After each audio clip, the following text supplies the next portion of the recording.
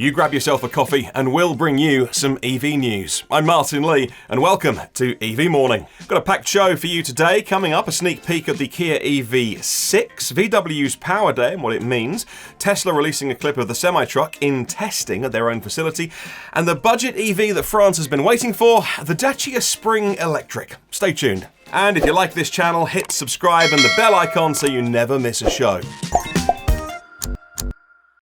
This is Kia's first electric car made on a dedicated platform. It's called EGMP. Aesthetically, if we look at the Kia, it's taken a softer approach to design than its cousin car, the Hyundai Ioniq 5. The lines are softer, the curvier. Kia's opted for creases over curves, and the crossover style has a more aerodynamic look to it. Now at the front, the bonnet rises gradually and meets the windscreen, which seems to be set back at a sleeker angle. The lights are broad but narrow as they move across the front. It draws the eye inwards, and it also creates a bulge at the wheel arches, which kind of helps give the car a hunkered down, maybe more rugged looking places. Around the side, the smoothness continues, helped by recessed door handles. The wheel arches are flashed in black trim, making them appear much larger. And this flashing also lines the bottom section of the doors as well, and it rises slightly as it meets the rear wheels. This line continues at the tail end of the car, transforming into a red colour that flows seamlessly into the rear lights and all the way across the back of the car. At the rear, the tail lights are connected across the back by a bold red trim. It's a strong line that firmly separates the top and bottom halves of the car. Let's go inside. The interior, like the Ioniq 5, is going to be quite spacious thanks to its use of this all-electric platform. It means they can move the wheels further out towards the edges of the car, as it were. We're likely to see similar amounts of space as well, more interior space than cars often found, much bigger in size. Perhaps the most striking design aspect of this car is the continuous curved screen that spans from beside the window, across the back of the steering wheel, past the centre line of the car. Old school buttons, they're rare, favouring instead a haptic feedback panel. Moving on, Volkswagen's Power Day. Only a few days shy of 6 months after Tesla's Battery Day, that was 22nd of September last year, we've now been treated to Volkswagen's version, Power Day. There's been a lot of talk about VW copying Tesla and a lot of conjecture about what would come out in the presentation. So let's swap Elon Musk's black t-shirt for Herbert Diess's navy-clad suit team and delve into the details of Power Day. Now, the major takeaway from Power Day will depend on what you're most interested in, and time will tell just how serious VW are about the electrification of their fleet. The major talking points, I think, were topics like the form factor of the cells, the cost, the volume of production, and to what extent VW's batteries will help lower the cost of EVs. Volume production of batteries is at the heart of VW's roadmap. They're not interested in being a niche automaker. They're here to sell millions and tens of millions of EVs every year. Of course, if you want to build more EVs, you need more batteries. VW are focusing their efforts on 6 new gigafactories, at least in Europe, up and running by the end of the decade. And we're talking big numbers here. When complete, each one 40 gigawatt hours of production every single year. So 240 gigawatt hours of battery production just from those 6 European factories, and there's more to come around the world. Well, the cost of battery cells goes hand in hand with economies of scale, with VW's Tomasz Chmiel saying that they'll drive down the cost of battery systems to significantly below €100 a kilowatt hour. Since the biggest cost of an EV is the battery, well, that can only be good news for making EVs as cost-effective as possible.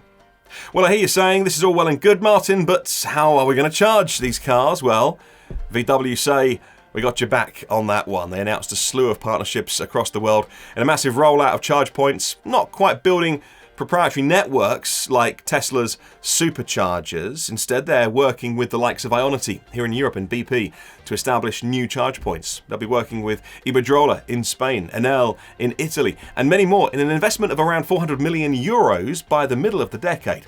But the US not forgotten, as they will continue to roll out Electrify America. It's a lot of charge points, so let's hope VW do follow through on those promises. Well, those of you that know me know that I love vehicle-to-grid technology, kind of fascinated by it and the possibilities. VW spoke of integrating battery storage systems into their car platforms. They'll be developing bi-directional wall boxes. Had one of those on display on the stage, and it's hugely exciting, hugely important as well, as we use our cars to balance the power grid with increasing levels of green energy. Alright, let's move on and talk Tesla, releasing some official footage of their semi-truck testing on their own track. As we all think ahead to the Model Y production ramping at the Gigafactory in Germany, and the Roadster's blistering speed whenever that arrives, Tesla had been quietly testing the semi-truck. They just tweeted footage of the truck on their own Fremont test track, following a couple of weeks of footage leaking on the internet. A drone footage was shot of the semi-truck following a Model Y lead car doing some filming. We hope that this is Tesla gearing up for some publicity and footage in advance of pilot series production beginning in July, and customer vehicles then in August. Speculation, frankly, is rife as to what the production Semi will be like. They will be 4680 cells. That's the new ones being made on the pilot line in California, much like the Model Y is going to have, built out of Berlin, Germany to begin with the base price cost of the semi-truck expected to be around starting at $150,000 US for a truck that'll get you to 60 miles an hour pretty easily, with an 80,000 pound load in about 20 seconds, and continue on for 300 miles of range. I can't wait to see what they've done. And from one of the biggest vehicles on the road to one of the smallest. Our final update of the day, the Dacia Spring Electric. So, if you don't have £100,000 burning a hole in your pocket for a Porsche Taycan, then maybe the Dacia Spring is more in your budget. It's hitting the roads in France and across Europe very soon, and with subsidies, in some countries a price barely above €12,000. In Germany it could be nearer 10, and in its home country of Romania, yes, Dacia is the Romanian bit of Renault, Group Renault, and more of a value play for them, even below 10,000. So, you heard it right. What do you get for your money? Let's talk range. The battery with a usable capacity of around 26.8 kilowatt hours. That gives a WLTP range for the Spring of 230 kilometers. Now, we all know that you'd need to be driving pretty carefully in summer to get that, but we're still talking a real-world range around 200 k's. And speaking of driving carefully, that's all you'll be doing in the Dacia Spring Electric. It has an output of 44 horsepower. That'll take you 0 to 62 miles an hour, or 0 to 100 k's, in all of 15 seconds. If you can keep your foot on the pedal long enough, you'll eventually reach a top speed of 78 miles an hour. We didn't ask them how long it would take to hit that. We haven't got all day. But look, that's fast enough to break the speed limit on many motorways in European countries. How about charging? AC charging is decent, 6.6 kilowatts.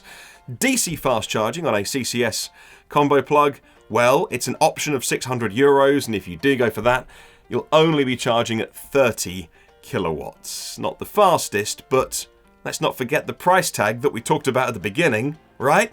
As for trim, in France, 3 options. Standard, business, which is more for fleets, and next year, a cargo version. Cargo version, a bit like they've done with the Renault Zoe, no back seats. Take a payload of 325 kilograms. I wonder how the 33 kilowatt motor will handle half a ton of people and cargo.